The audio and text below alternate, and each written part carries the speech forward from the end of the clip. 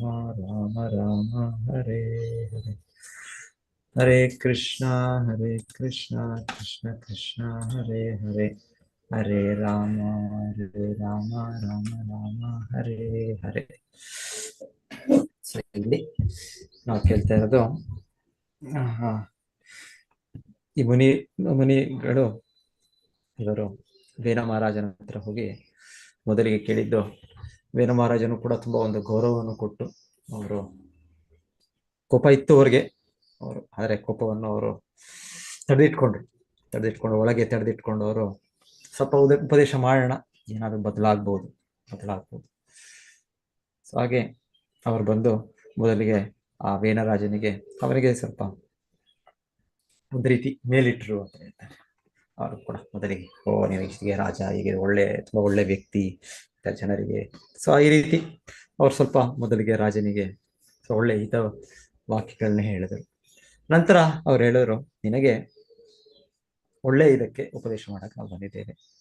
So ನಿನ್ನ ಆಯುಷು, ನಿನ್ನ ಬಲ, ನಿನ್ನ ವೈಭವ, ಶಕ್ತಿ ಇದೆಲ್ಲ ನಿನಗೆ ಚೆನ್ನಾಗಿ ಬೆಳಿಬೇಕು. ಸೊ ನೀನು ತುಂಬಾ ವರ್ಷಗಳು ಬದುಕಬೇಕು, ನೀನು ನೂರಾರು ವರ್ಷಗಳು, ಸಾವಿರಾರು ವರ್ಷಗಳು. ಯಾಕಂದ್ರೆ ಹಿಂದೆ ಯುಗದಲ್ಲಿ ಅವರ ಆಯುಷ್ ಬಹಳ ಇರ್ತಾ ಇತ್ತು. ಸೊ ಅವ್ರು ಹೇಳ್ತಾ ಇದ್ರು, ಈ ತರ ನಿನಗೆ ಎಲ್ಲವೂ ಕೂಡ ಚೆನ್ನಾಗೇ ಆಗ್ಲಿ. ಆದ್ರೆ ಸ್ವಲ್ಪ ನಮ್ಮ ಮಾತನ್ನು ಕೇಳಪ್ಪ. ಸೊ ನಮ್ಮ ಮಾತನ್ನು ಕೇಳು ಅಂದ್ರೆ ನೀನು ಧರ್ಮ ಆಚರಣೆ ಮಾಡುವುದು ಅಂತ ಹೇಳ್ತಾ ಇದ್ದಾರೆ. ಸೊ ಧರ್ಮ ಅಂದ್ರೆ ಧರ್ಮಂತೂ ಸಾಕ್ಷಾತ್ ಭಗವತ್ ಪ್ರಣೀತ. ಧರ್ಮವನ್ನು ನಾವ್ಯಾರು ಸೃಷ್ಟಿ ಮಾಡಕ್ಕಾಗಲ್ಲ. ಧರ್ಮವು ಈಗಿನ ಆ ಚಿಂತನೆ ಪ್ರಕಾರ ಧರ್ಮ ಅಂದ್ರೆ ಅದು ನಮ್ಮ ನಂಬಿಕೆ ಅಂತ ಹೇಳ್ತಾರೆ. ಇಂಗ್ಲಿಷ್ನಲ್ಲೂ ಕೂಡ ಇಂಗ್ಲಿಷ್ ನಿಘಂಟು ತೆಗೆದ್ರೆ ರಿಲಿಜನ್ ಅಂದ್ರೆ ಕೈಂಡ್ ಆಫ್ ಫೇತ್.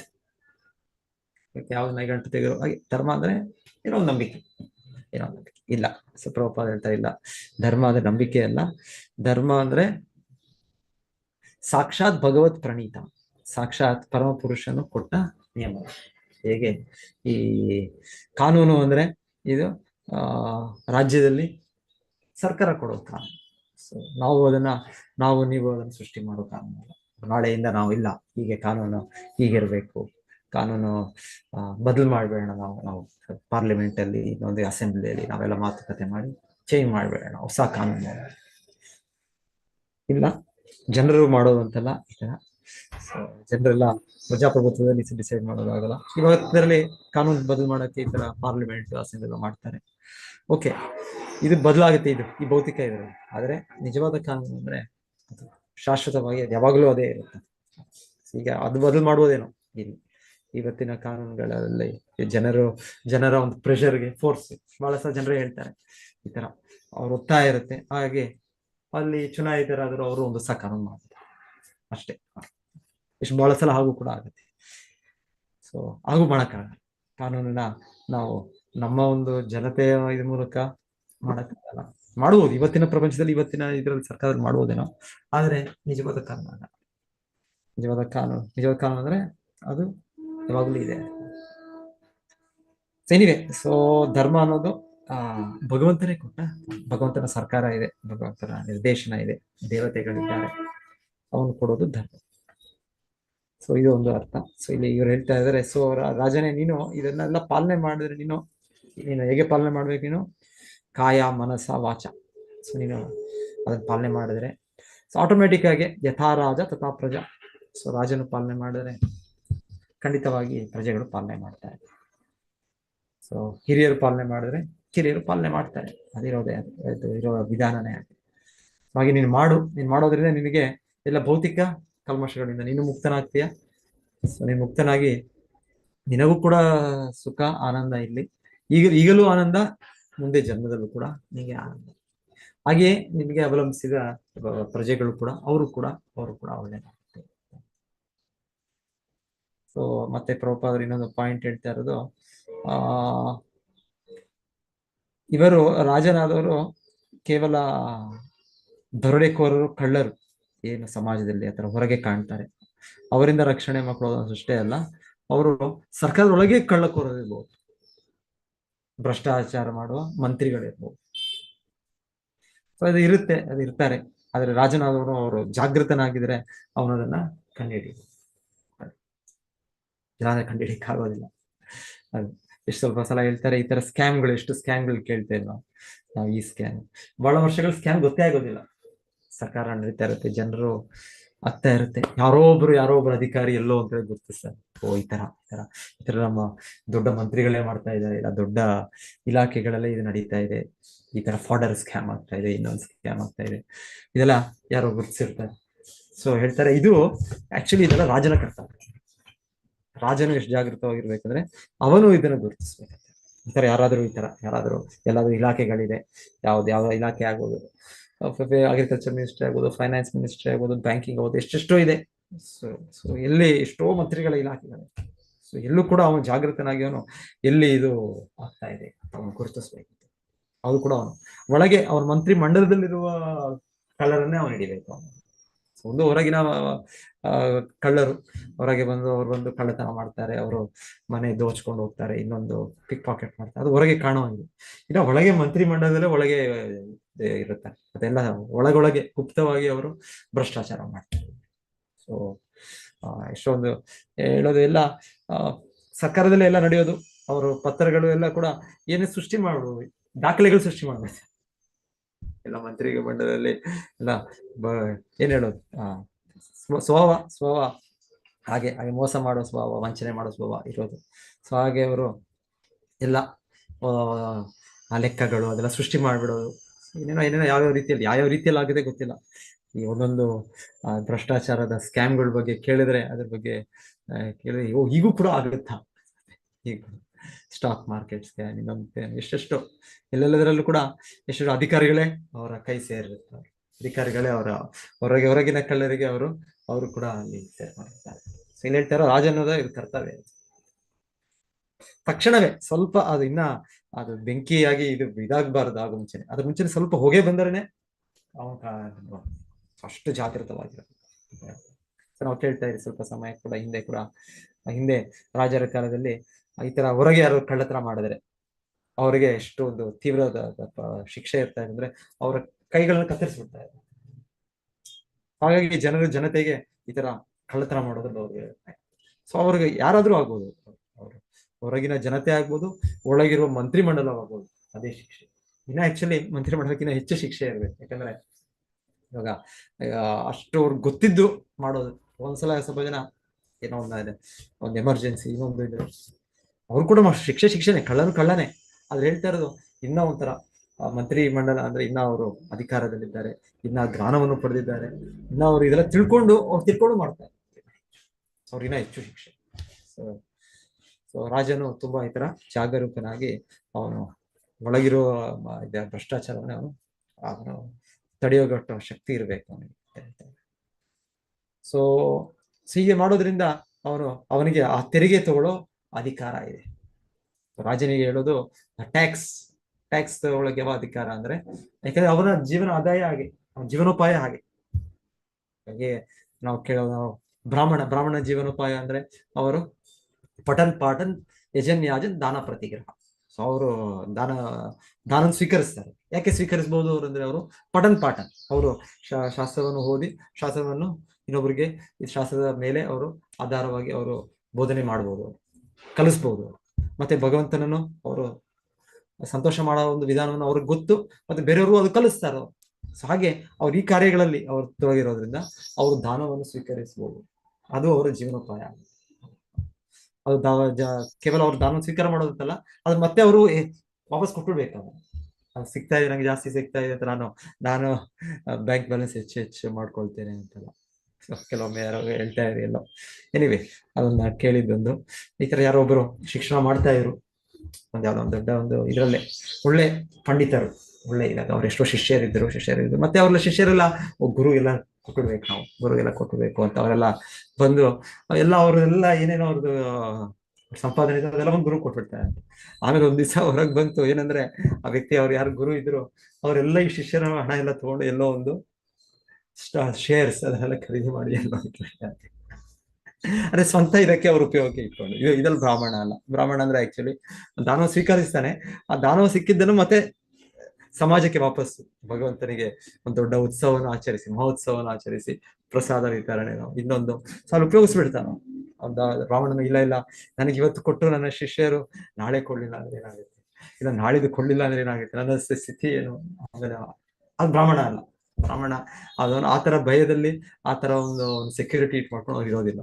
ನಿನ್ನೆ ಇನ್ನ ಕೇಳ್ತಾ ಇದ್ವಿ ಭಾಗವತದಲ್ಲಿ, ಕೃಷ್ಣನು ದ್ವಾರಕೆಗೆ ಪ್ರವೇಶಗೊಂಡಾಗ, ಇಲ್ಲಿಂದ ಹಸ್ತಿನಾಪುರದಿಂದ ವಾಪಸ್ ಬಂದಾಗ ಅಲ್ಲಿ ಎಷ್ಟೋ ವೃದ್ಧ ಬ್ರಾಹ್ಮಣರಿದ್ರು, ಅವರ ಹೆಂಡತಿಯರೆಲ್ಲ ಇದ್ರು. ಅವರೆಲ್ಲ ಜೊತೆಗೆ ಕೃಷ್ಣನನ್ನು ಬರಮಾಡಿ ಕೃಷ್ಣನೊಟ್ಟಿಗೆ ಅವ್ರು ಕೂಡ ದ್ವಾರಕೆಯಲ್ಲಿ ಹೊರಗಿಂದ ಒಳಗೆ ಪ್ರವೇಶಗೊಂಡ್ರು ಅಂತ ಕೇಳಿದ್ವಿ. ಅಲ್ಲಿ ಪ್ರಭುಪಾದರು ಬಹಳ ಚೆನ್ನಾಗಿ ಬರೀತಾರೆ. ಸೊ ಈ ಬ್ರಾಹ್ಮಣರು ತುಂಬಾ ಹಿರಿಯರು, ತುಂಬಾ ವಯಸ್ಸಾಗ್ಬಿಟ್ಟಿದೆ, ಅವ್ರ ವಯಸ್ಸಾಗಿ ಅವ್ರಿಗೆ ಬಹಳ ಈ ತರ ಯಜ್ಞ ಕಾರ್ಯಗಳು, ಈ ತರ ಪೂಜೆಗಳು ಮಾಡಕ್ ಆಗಲ್ಲ, ಅವ್ರಿಗೆ ತುಂಬಾ ವೃದ್ಧರು ಈಗ.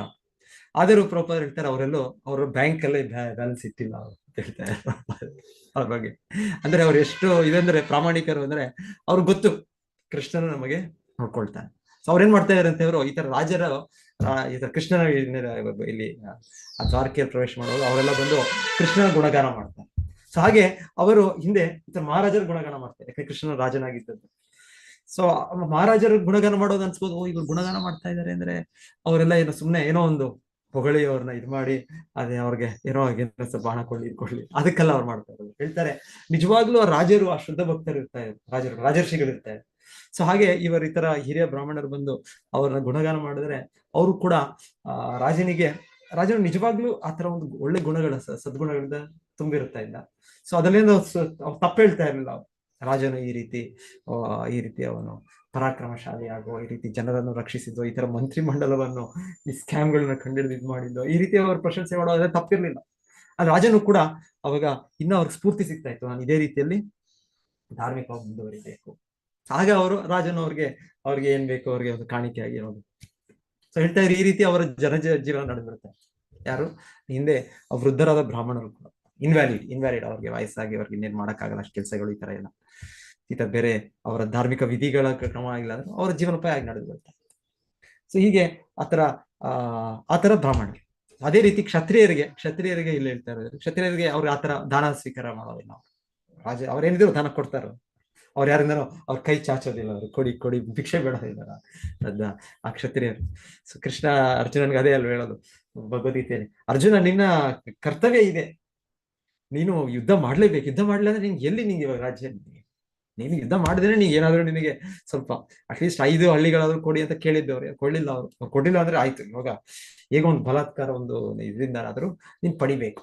ಸೊ ನೀನ್ ಅದರಿಂದ ನೀನು ಜನರ ರಕ್ಷಣೆ ಕೊಟ್ಟು ಮತ್ತೆ ಜನರಿಂದ ತೆರಿಗೆಯನ್ನು ನೀನು ಸ್ವೀಕರಿಸ್ಬೋದು. ನೀನು ಭಿಕ್ಷೆ ಕೇಳೋ ನಿನ್ನದು ಇದಲ್ಲ, ಮಾರ್ಗ ಅಲ್ಲ ನೀನು. ಸೊ ಇಲ್ಲ ಕಾಡಿಗೆ ಹೋಗ್ಬಿಡೋದು ಮಾರ್ಗ ಅದು ಕ್ಷತ್ರಿಯ ಧರ್ಮ. ಸೊ ಕ್ಷತ್ರಿಯ ಧರ್ಮ ಅಂದ್ರೆ ಅವರು ಆತರ ಪರಾಕ್ರಮಶಾಲಿಗಳಾಗಿ ಅವರು ಏನ್ ಹೇಳ್ತಾರೆ, ಅವರು ಈಶ್ವರ ಭಾವ, ಶೌರ್ಯ, ಆತರ ದಕ್ಷ ಯಾವ್ದು ಇದ್ರಲ್ಲಿ ಕೂಡ ಅಷ್ಟು ಇದಾಗಿರ್ತಾರ, ಅವರು ಪ್ರವೀಣತೆ ಇರುತ್ತೆ ಅವರಲ್ಲಿ. ಸೊ ಹೀಗೆ ಹೇಳ್ತಾ ಇರೋದು, ನೀವು ರಾಜನಾಗಿ ನೀನು ಈ ತರ ಮಾಡೋದ್ರಿಂದ ನೀನು ತೆರಿಗೆಯನ್ನು ಸ್ವೀಕರಿಸಬಹುದು, ಅಧಿಕಾರ ಇದೆ ನಿಮಗೆ. ಟ್ಯಾಕ್ಸ್, ಇವಾಗ ಟ್ಯಾಕ್ಸ್ ಇಲ್ಲ ನೀವು ಮಾಡ್ಲೇಬೇಕು, ಅದು ಒತ್ತಾಯ, ಇಲ್ಲ ಅಂದ್ರೆ ಇಲ್ಲ, ಒತ್ತಾಯ ಇಲ್ಲ. ಹಿಂದೆ ವೈದಿಕ ಕಾಲದಲ್ಲಿ ಟ್ಯಾಕ್ಸ್ ಕೂಡ ಬಹಳ ಚೆನ್ನಾಗಿರ್ತಾ ಇತ್ತು. ಅವರು ಕೇವಲ ವೈಶ್ಯರಿಂದ ಮಾತ್ರ ಟ್ಯಾಕ್ಸ್ ತಗೊಳ್ಳೋದು, ಬ್ರಾಹ್ಮಣರಿಗೆ ಅವ್ರಿಗೆ ಆದಾಯ ಏನೇ ಇಲ್ಲ ಹಾಗೆ, ಸೊ ಅದಕ್ಕೆ ಟ್ಯಾಕ್ಸ್ ಇಲ್ಲ, ಅವ್ರಿಗೆ ಫಿಕ್ಸ್ಡ್ ಇದಿಲ್ಲ. ಅವ್ರು ಶೂದ್ರ, ಅವ್ರು ಕೂಡ ಟ್ಯಾಕ್ಸ್ ಇಲ್ಲ, ಯಾಕಂದ್ರೆ ಅವ್ರದ್ದು ಕೂಡ ಇಲ್ಲ, ಸ್ವಲ್ಪ ಇನ್ಕಮ್ ಅಷ್ಟು ಜಾಸ್ತಿ ಇನ್ಕಮ್ ಇಲ್ಲ, ಇಲ್ಲದೆ ಇರೋದ್ರಿಂದ ಅವ್ರು ಕೂಡ ಇಲ್ಲ. ಕೇವಲ ಟ್ಯಾಕ್ಸ್ ಯಾರಿಗೆ ಅಂದ್ರೆ ವೈಶ್ಯರು ಅಂದ್ರೆ ಯಾರು, ಕೃಷಿ, ಗೋರಕ್ಷ, ವಾಣಿಜ್ಯ. ಕೃಷಿ ಮಾಡಿ ಕೃಷಿಯಿಂದ ಹೆಚ್ಚು ಬೆಳೆ ಪಡೆದಾಗ ಅದರಿಂದ ಅವ್ರು ವಾಣಿಜ್ಯ ಮಾಡಿದ್ರೆ, ಎಕ್ಸ್ಟ್ರಾ ಬಿಸ್ನೆಸ್ ಮಾಡಿದ್ರೆ ಅದರಲ್ಲಿ 25% ಇನ್ಕಮ್, 25% ಅವ್ರಿಗೆ ಏನ್ ಇನ್ಕಮ್ ಬರುತ್ತೋ ಅದರಲ್ಲಿ ಅದು 25% ಇನ್ಕಮ್ ಪ್ರಾಫಿಟ್ ಅಂದ್ರೆ ಅವ್ರಿಗೆ ಲಾಭ. ಸೊ ಒಂದ್ಸಲ ಲಾಭ ಬರ್ಬೋದು, ಒಂದ್ಸಲ ಲಾಭ ಬರದೇ ಇರ್ಬೋದು. ಲಾಭ ಬರ್ಲಿಲ್ಲ ಅಂದ್ರೆ ಅವ್ರು ಟ್ಯಾಕ್ಸ್ ಕಟ್ಟೋದಿಲ್ಲ. ಸೊ ಹೀಗೆ ಬಹಳ ಚೆನ್ನಾಗಿ ಅವರ ಸಿಸ್ಟಮ್ ಇದು. ಸೊ ಅವ್ರ ಲಾಭದ ಮೇಲೆ ಅವ್ರಿಗೆ ಟ್ಯಾಕ್ಸ್. ಸೊ ಅವರು ವೈಶ್ಯರು ಅವರು ಸಂತೋಷದಿಂದ ಆನಂದದಿಂದ ಅವ್ರ ರಾಜನಿಗೆ ಟ್ಯಾಕ್ಸ್ ಕೊಡ್ತಾ ಇದ್ದಾರೆ, ಯಾಕಂದ್ರೆ ಅವ್ರಿಗೆ ಆ ರಕ್ಷಣೆ ಇರ್ತಾ ಇತ್ತು. ಈಗ ಯಾರು ಕಳ್ಳರು ಇವರಿಂದ ಅವ್ರಿಗೆ ಭಯ ಇಲ್ಲ. ಇವಾಗ ವೈಶ್ಯರು ಬಿಸ್ನೆಸ್ ಅವ್ರಿಗೂ ಭಯ ಇರುತ್ತೆ, ಆ ಗೂಂಡ ಬಂದು ನಮ್ಗೆ ಥ್ರೆಟನ್ ಮಾಡ್ತಾರೆ, ಎಷ್ಟು ದೊಡ್ಡ ದೊಡ್ಡ ನಗರಗಳ ರೀತಿಯೆಲ್ಲ ಕೇಳ್ತೇನೆ. ಇಲ್ಲ ನಕ್ಸಲೈಟ್ಸ್ ಇದೆಲ್ಲ ಕೂಡ ಏನೋ ಇದೆ. ಸೊ ಈ ರೀತಿ ಎಲ್ಲ ಅವ್ರು ಬಂದು ಈಗ ಪ್ಯಾರಲ್ ಗವರ್ಮೆಂಟ್ ಇರುತ್ತೆ, ಒಂದು ಸರ್ಕಾರ ಇದೆ, ಸರ್ಕಾರ ಕಡೆಯಿಂದ ಒಂದು ತೆರಿಗೆ, ಇನ್ನೊಂದು ಈ ಕಡೆಯಿಂದ ತೆರಿಗೆ, ಇವರಿಂದ ಕೂಡ ಅವರು ನೀವು ಇದು ಕೊಡ್ಬೇಕು, ಅದು ಕೊಡ್ಬೇಕು. ರಾಜಕೀಯ ಪಾರ್ಟಿಗಳೇ ಇದ್ದಾರೆ, ಇವರೇ ಇದ್ದಾರೆ, ಇವ್ರದೇ ದೊಡ್ಡ ದೊಡ್ಡ ಇವ್ರಿಗೆ ಅವ್ರಿಷ್ಟು ಕಟ್ಟಬೇಕು, ಅವ್ರಿಷ್ಟು ಕಟ್ಟದೇನೆ ಅವ್ರಿಗೆ ರಕ್ಷಣೆ, ಇಲ್ಲಾಂದ್ರೆ ಅವರೇ ಅವ್ರಿಗೆ ಪ್ರಾಬ್ಲಮ್ ಕೊಡ್ತಾರೆ. ಸೊ ಈ ತರ ಎಲ್ಲ ಇದೆ ಇದೆಲ್ಲ. ಸೊ ಆಗಿದ್ದಾಗ ಜನರಿಗೆ ಅಥವಾ ವೈಶ್ಯರಿಗೆ ಕೂಡ ಟ್ಯಾಕ್ಸ್ ಕೊಡಕ್ಕೆ ಇದನ್ನ ಹೇಗಾದ್ರು ತಪ್ಪಿಸೋದು ಹೇಗೆ, ಏನಾದ್ರು ಚಾರ್ಟರ್ಡ್ ಅಕೌಂಟೆಂಟ್ ಹತ್ರ ಹೋಗಿ ಅವ್ರ ಚಾರ್ಟರ್ಡ್ ಅಕೌಂಟೆಂಟ್ ಅವ್ರ ಕೆಲಸ ಏನಂದ್ರೆ ಹೇಗೆ ಸರಿಯಾದಿರೋದನ್ನು ನ್ಯಾಯವಾಗಿ ಮಾಡೋದು, ಹೇಗೋ ಅದನ್ನ ತಪ್ಪಿಸೋದು ಹೇಗೆ, ಅದೊಂದು ಅವರು ಫಾರ್ಮುಲಾ ಕೊಡೋದು. ಸೊ ಇನ್ನೊಂದು ಏನೇನೋ ಕೇಳ್ತಾ ಇದ್ದೆ ನಾನು. ಎಷ್ಟೋ ಜನ ಏನ್ ಮಾಡ್ತಾರೆ ಅಂದ್ರೆ ಇದನ್ನ ರಾಜ್ಯದ ಇದಿದೆ, ಅವ್ರ ಹಣವನ್ನು ತೋರ್ಸೋದೇ ಇಲ್ಲ, ಅವ್ರು ಒಂದ್ ರೀತಿ ಸಂಪಾದನೆ ಇದೆ, ಲಾಭ ಇದೆ ಅಂತ ತೋರ್ಸೋದಿಲ್ಲ. ಹಾಗಾಗಿ ಆ ತೋರಿಸಿದ್ರೆ ಅವ್ರಿಗೆ ಟ್ಯಾಕ್ಸೇ ಬರೋದಿಲ್ಲ.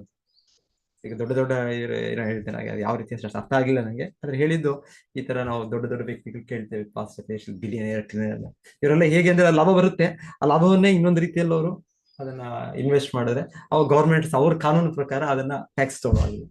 ಸೊ ಆಗ ಮತ್ತೆ ಅದು ಅಲ್ಲಲ್ಲೇ ಹಾಗಾಗಿ ಅವ್ರ ಸಂಪಾದನೆ ಹೆಚ್ಚಾಗ್ತಾ ಇರುತ್ತೆ ಒಂದ್ ರೀತಿಯಲ್ಲಿ, ಆದ್ರೆ ಅವರು ಟ್ಯಾಕ್ಸ್ ಕಟ್ಟುವಂಗಿಲ್ಲ. ಸೊ ಏನೇನೋ ಈ ರೀತಿ ಎಲ್ಲ ಇದೆ. ಈ ರೀತಿ ಅವರು ಸರ್ಕಾರವನ್ನು ಮಂಗ ಮಾಡ್ಬೋದು, ಆದ್ರೆ ಭಗವಂತನೆಲ್ಲ ಮಂಗ ಆಗೋದಿಲ್ಲ. ಕೃಷ್ಣನ ಇದು ಪ್ರತಿಯೊಬ್ಬರು ಕೂಡ ಅವ್ರಿಗೆ ಆದಾಯ ಇದೆ ಅಂದ್ರೆ ಅವರು ಸಮಾಜಕ್ಕೆ ಮತ್ತೆ ರಾಜ್ಯಕ್ಕೆ ಅವರು ಆನ್ಸರಬಲ್. ಸೊ ಅವರು ಕೊಡ್ಬೇಕು, ಟ್ಯಾಕ್ಸ್ ಕೊಡ್ಬೇಕು. ಸೊ ಹೀಗೆ ಇಲ್ಲಿ ಹೇಳ್ತಾ ಇರೋದು ರಾಜನಿಗೆ. ಸೊ ನಿನಗೆ ಆಟೋಮೆಟಿಕ್ ಆಗಿ ಅಧಿಕಾರ ಇರುತ್ತೆ ಆ ತೆರಿಗೆ ತಗೊಳ್ಳಿಕ್ಕೆ, ಮತ್ತೆ ಜನರು ಕೂಡ ಆಟೋಮೆಟಿಕ್ ಕೊಡ್ತಾರೆ. ಎಲ್ಲರೂ ಕೂಡ ಅಷ್ಟು ಸಮೃದ್ಧಿಯಲ್ಲಿದ್ರೆ ಯಾರಿಗೆ ಏನು ಇದಿಲ್ಲ. ಸಮೃದ್ಧಿಯಲ್ಲಿಲ್ಲ ಅಂದ್ರೆ ಅವರಿಗೆ ಕಷ್ಟ. ಕಲಿಯುಗ ಏನಂದ್ರೆ ಇದು ಅಷ್ಟು ದರಿದ್ರದ ಸ್ಥಿತಿ, ದಾರಿದ್ರ್ಯ ಅಂದ್ರೆ ಇಲ್ಲಿ ಇಲ್ಲ, ಯಾರಿಗೂ ಆ ರೀತಿಯ ಒಂದು ಸಮೃದ್ಧಿ ಇಲ್ಲ. ಆ ಸಮೃದ್ಧಿ ಇಲ್ಲದೆ ಇರೋದ್ರಿಂದ ಏನಾಗುತ್ತೋ ಅಂತ ಭಯ. ಸೊ ಹಾಗೆ ತೆರಿಗೆ ಕೊಡೋಕ್ಕೂ ಕೂಡ ಭಯ.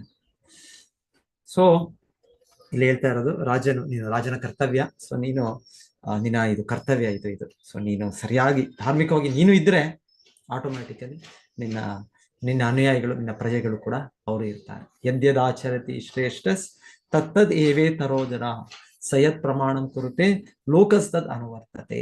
ಸೊ ಭಗವದ್ಗೀತೆಯಲ್ಲಿ ಕೃಷ್ಣ ಹೇಳೋದು ಈ ತರ ಯಾರ್ಯಾರು ನಾಯಕರು ಅಂತಿರ್ತಾರೆ. ಸೊ ಯಾರ್ಯಾರು ನಾಯಕರು ಅಂತಿರ್ತಾರೆ, ಬ್ರಾಹ್ಮಣ, ಗುರು, ಕ್ಷತ್ರಿಯ, ರಾಜ, ಸೊ ತಂದೆ ತಾಯಿ, ಸೊ ಆ ರೀತಿ ಎಲ್ಲ ನ್ಯಾಚುರಲ್ ಲೀಡರ್ಸ್, ನಾಯಕರು ಒಂದು ರಾಜ್ಯದಲ್ಲೋ, ಒಂದು ಸಮಾಜದಲ್ಲೋ, ಒಂದು ಕುಟುಂಬದಲ್ಲೋ.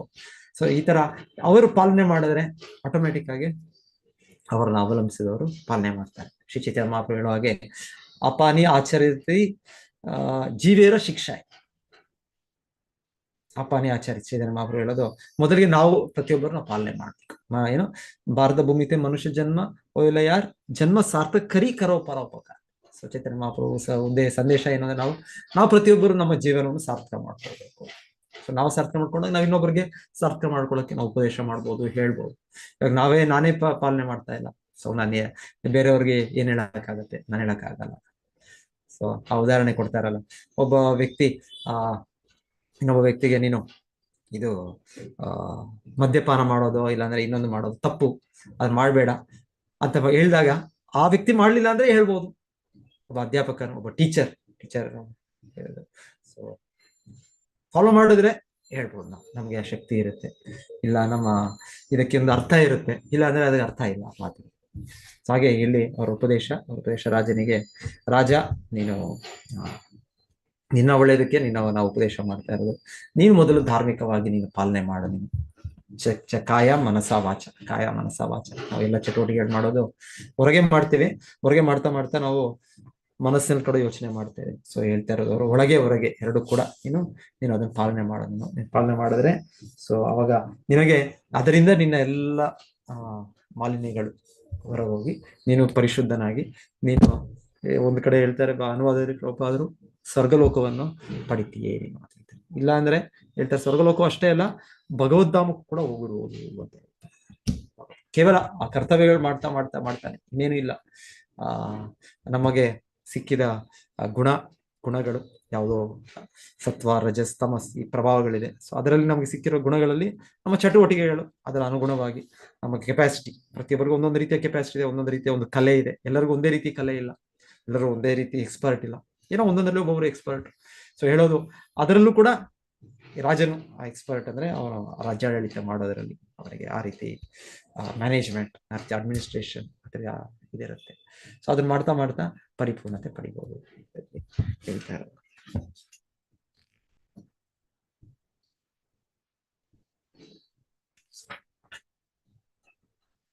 ಇಲ್ಲ ಅಂದ್ರೆ ನೀವು ಪಾಲನೆ ಮಾಡ್ಲಿಲ್ಲ ಅಂದ್ರೆ ಸಲ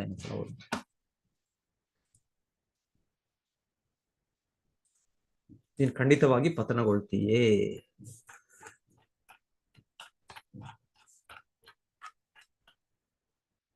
ಮಹಾವೀರನೇ, ಇದರಿಂದಾಗಿಯೇ ನೀನು ಜನಸಾಮಾನ್ಯರ ಅದರ ಮುಂಚೆ ಧರ್ಮತತ್ವಗಳಿಗೆ ಅನುಸಾರವಾಗಿ ಜೀವಿಸುತ್ತಾ ಯಾರು ಅವುಗಳನ್ನು ಕಾಯ ವಾಚ ಮನಸ ಹಾಗೂ ಬುದ್ಧಿಪೂರ್ವಕವಾಗಿ ಆಚರಿಸುತ್ತಾರೆಯೋ ಅವರು ಯಾವುದೇ ಕ್ಲೇಶಗಳಿಲ್ಲದೆ ಸ್ವರ್ಗವನ್ನು ಪಡೆಯುತ್ತಾರೆ. ಲೌಕಿಕ ಪ್ರಭಾವದಿಂದ ಮುಕ್ತರಾಗಿ ಬದುಕಿನಲ್ಲಿಯೂ ಅನಂತ ಸುಖವನ್ನು ಸವಿಯುತ್ತಾರೆ. ಮಹಾವೀರನೇ, ಇದರಿಂದಾಗಿಯೇ ನೀನು ಜನಸಾಮಾನ್ಯರ ಆಧ್ಯಾತ್ಮಿಕ ಜೀವನವನ್ನು ಹಾಳು ಮಾಡುವುದಕ್ಕೆ ಕಾರಣನಾಗಬಾರದು. ನಿನ್ನ ಕಾರ್ಯಗಳಿಂದ ಅವರ ಧಾರ್ಮಿಕ ಜೀವನವು ಹಾಳಾದ ಪಕ್ಷದಲ್ಲಿ ನೀನು ಎಲ್ಲ ಸಂಪತ್ತುಗಳಿಂದ ಕೂಡಿರುವ ರಾಜ್ಯತ್ವದಿಂದ ಖಂಡಿತವಾಗಿ ಕೆಳಗುರುಳುತ್ತೀಯೇ. ಸೊ ಹೀಗೆ ಒಂದು ಆ ಸ್ಥಾನ, ನಾಯಕರ ಸ್ಥಾನ ಅಂದ್ರೆ ಹೇಗಂದ್ರೆ ಒಂದು ಎಷ್ಟೋ ಇದಿದೆ, ರೆಸ್ಪಾನ್ಸಿಬಿಲಿಟಿ ಇದೆ, ಜೊತೆಗೆ ಈ ರೀತಿಯ ಇದು ಕೂಡ ಇದೆ. ಅವರು ಇದು ಫಾಲೋ ಮಾಡಲಿಲ್ಲ ಅಂದ್ರೆ ಅವರ ಇದು ಕೂಡ ಬರುತ್ತೆ. ಇವಾಗ ಬ್ರಾಹ್ಮಣರು ಕೂಡ ನಾವು ಸ್ವಲ್ಪ ಸಮಯದಲ್ಲಿ ಕೇಳಿದ್ದು, ನಾವು ಈ ರಾಜನನ್ನು ರಾಜನಾಗಿ ನೇಮಕ ಮಾಡಿದ್ದು, ಹಾಗೆ ಈ ರಾಜನು ಪಾಲನೆ ಮಾಡಲಿ ಅಂದ್ರೆ ಅವರ ಕರ್ಮ ನಮಗ್ ಬರುತ್ತೆ, ನಾವು ಕೂಡ ಪತನಗೊಳ್ತೇವೆ ಅಂತ ಹೇಳ್ತಾರೆ. ಸೊ ಆ ರೀತಿ ಇವರಿಗೆ ರಾಜನಿಗೆ ಉಪದೇಶ ಮಾಡ್ತಾ ಇರೋದು, ನೀನು ಜನರಿಗೆ ರಕ್ಷಣೆ ಕೊಡಬೇಕು. ನಿನ್ನ ರಕ್ಷಣೆ ಇಲ್ಲದೆ, ನಿನ್ನ ಮಾರ್ಗದರ್ಶನವಿಲ್ಲದೆ ಅವರು ದಾರಿ ತಪ್ಪಿದ್ರೆ ಧರ್ಮದಿಂದ ಅವರಿಂದ ನೀನು ಕೂಡ ಪತನಗೊಳ್ತೀಯ. ಸೊ ನಿನ್ನ ಕರ್ಮದಿಂದನೇ ಪತನಗೊಳ್ತೀಯ, ನಿನ್ನ ಕಾರ್ಯಗಳಿಂದಾನೇ, ನೀನೇ ಅಧರ್ಮವಾಗಿರಿದ್ರೆ.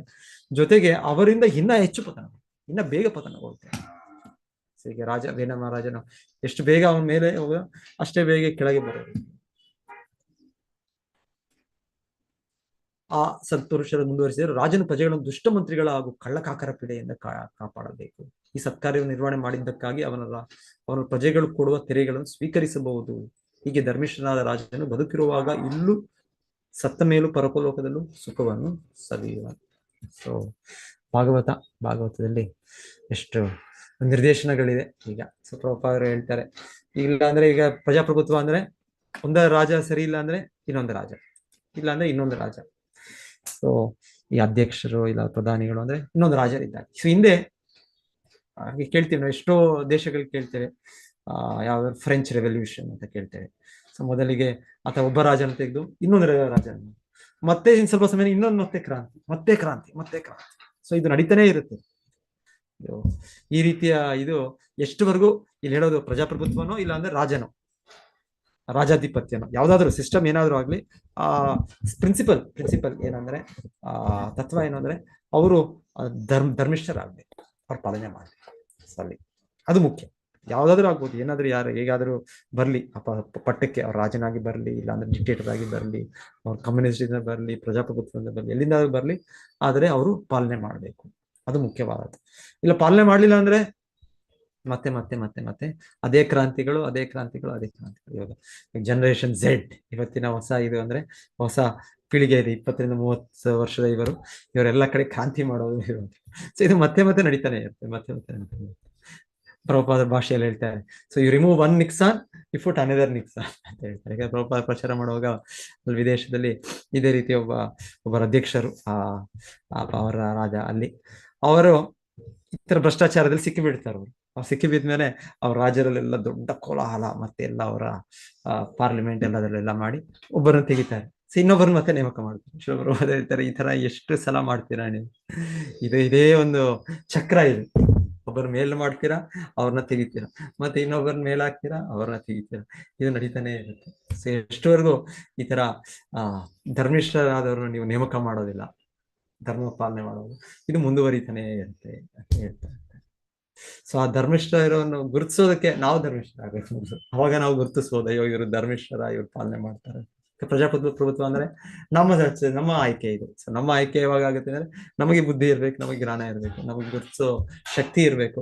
ಸೊ ಹಾಗಿದ್ರೆ ನಾವು ಇನ್ನೊಬ್ಬರನ್ನ ಗುರುತಿಸ್ಬೋದು. ನಿನ್ನೆ ಕೂಡ ಪ್ರಭುಪಾದರು ಹೇಳ್ತಾ ಇದ್ದು, ಪ್ರಜಾಪ್ರಭುತ್ವದಲ್ಲಿ ಈ ರೀತಿ ಯಾರು ನಾಯಕರು ಅಂತ ಹೇಳಿದ್ರೆ ಅವ್ರಿಗೆ ಯಾರು ಭಕ್ತರಲ್ಲೋ ಯಾರು ಸತ್ಪುರುಷರಲ್ಲರೋ ಅವ್ರನ್ನ ಚುನಾಯಿಸಬಾರದು, ಅವ್ರನ್ನ ಆಯ್ಕೆ ಮಾಡಬಾರ್ದು. ಏನಿದೆ. ಹರೇ ಕೃಷ್ಣ. ಎಲ್ಲರಿಗೂ ಧನ್ಯವಾದಗಳು. ಯಾರಾದ್ರೂ ಏನಾದ್ರೂ ಹೇಳ್ಬೇಕಂದ್ರೆ ಸೇರಿಸ್ಬೇಕಂದ್ರೆ ಹೇಳ್ಬೋದು.